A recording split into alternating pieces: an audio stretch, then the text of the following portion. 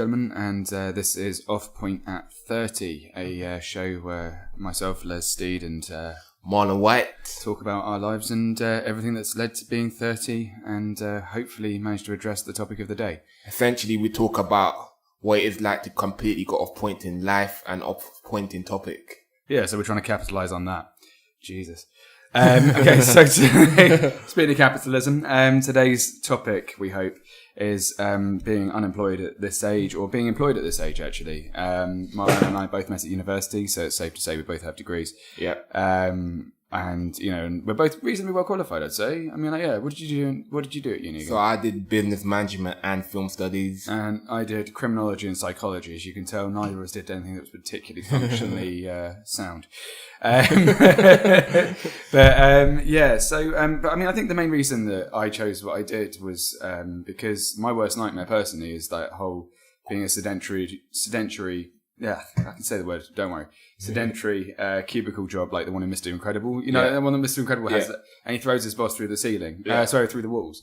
Yeah, that's my worst nightmare, and ever since I was little, absolutely terrified me. But also, I don't know. I mean, I wouldn't say that I was, you know, like sort of good enough in my hands to do something like, you know, like being a blacksmith or something. I'm not saying that, or like, you know, being an engineer or anything like that. I think that even though I was actually pretty good in general at school, I don't think I was particularly brilliant at anything that was as practical. I mean, that's why I'm a writer really at the moment.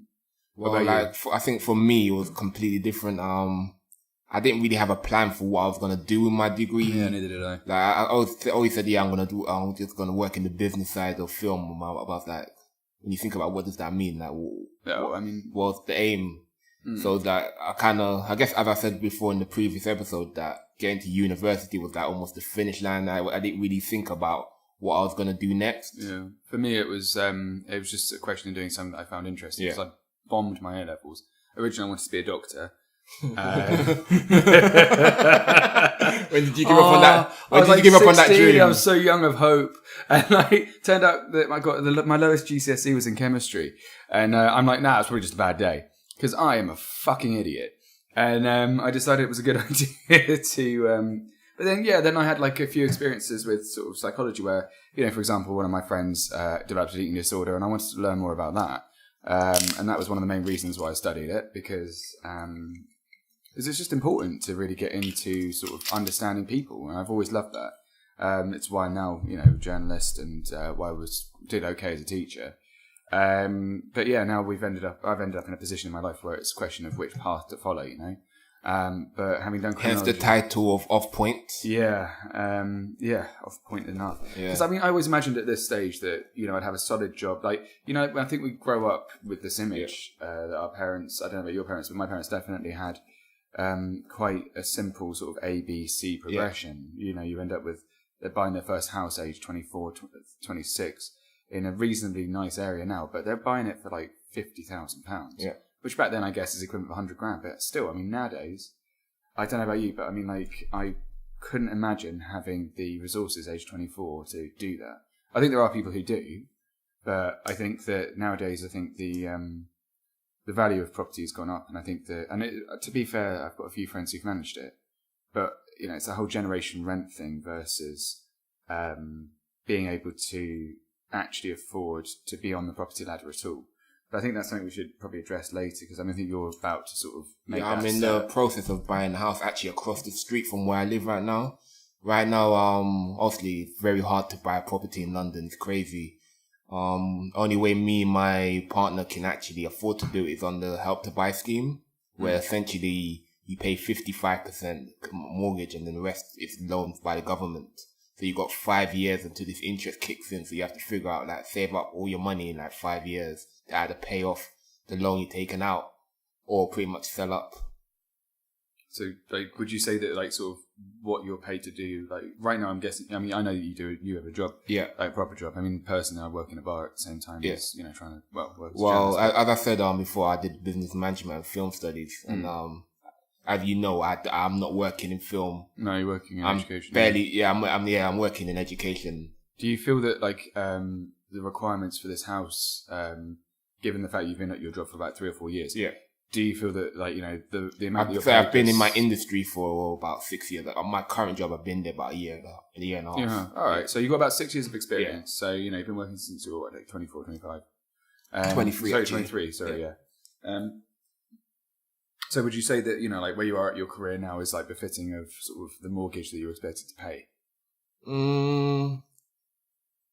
Yes and no.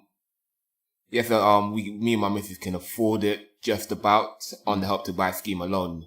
If it was on the open market, it would be a bit difficult for both of us to afford. Yeah, because I mean, she does, she actually used a psychology degree. She's a business psychologist. Yeah. I mean, I personally I've managed to start going out with a surgeon. Yeah. Which for someone who's unemployed is like, you know, jackpot.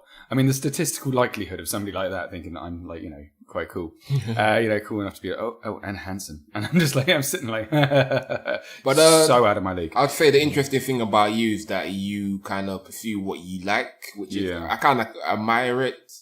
I don't think I'm sort of brave enough to go out there. Not that I'm not brave enough, it's just that I literally cannot afford to do that. I literally, if I was unemployed, I'll be literally devastated. Oh no, I was devastated. I spent like a year saving up because originally I was going to go to Canada with my ex-girlfriend. So you planned it out? Well, sort of. Things went to pot.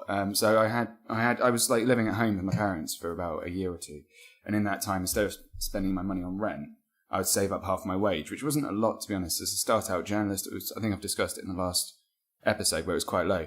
And, which is normal. I mean, you know, like it is what it is. That's the gig. But, I think that I managed to save up about half of my wages, every month. And so when I was doing that, I managed to sort of like build a little nest egg of about sort of 10 grand after I bought my new bike. And then since being unemployed, I've would say I was unemployed, but I've spent my money. But I've splurged a little bit. When I had my motorbike stolen, I had to buy a new one that cost me an extra £2,000.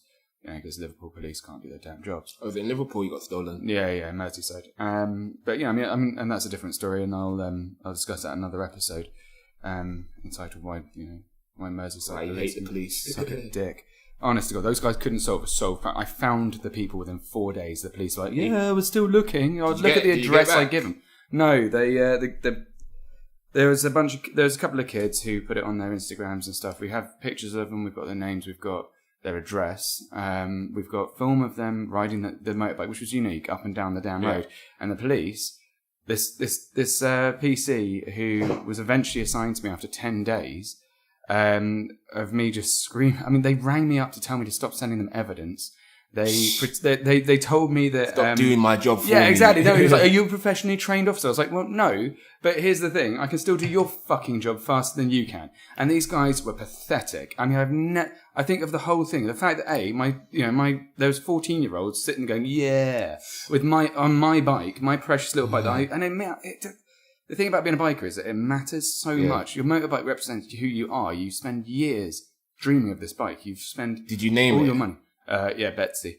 Why Betsy? Betsy. Well, okay, so the tradition is... it sounds like an old shitty bike. No, that's the point. Okay, so like basically the story is that my first girlfriend, the one you knew back at university, she was quite jealous, to say the least. I mean, of your bike? No, in general. Like insanely, well, I mean literally insanely jealous. To the point where I gave a girl a hug once and she slapped me so hard in the face that... Not the girl, I mean like my then girlfriend... slapped me so hard in the face that the drink fell out of my hand. I mean, it was really fucked up, actually. It was technically domestic violence. But it was definitely assault.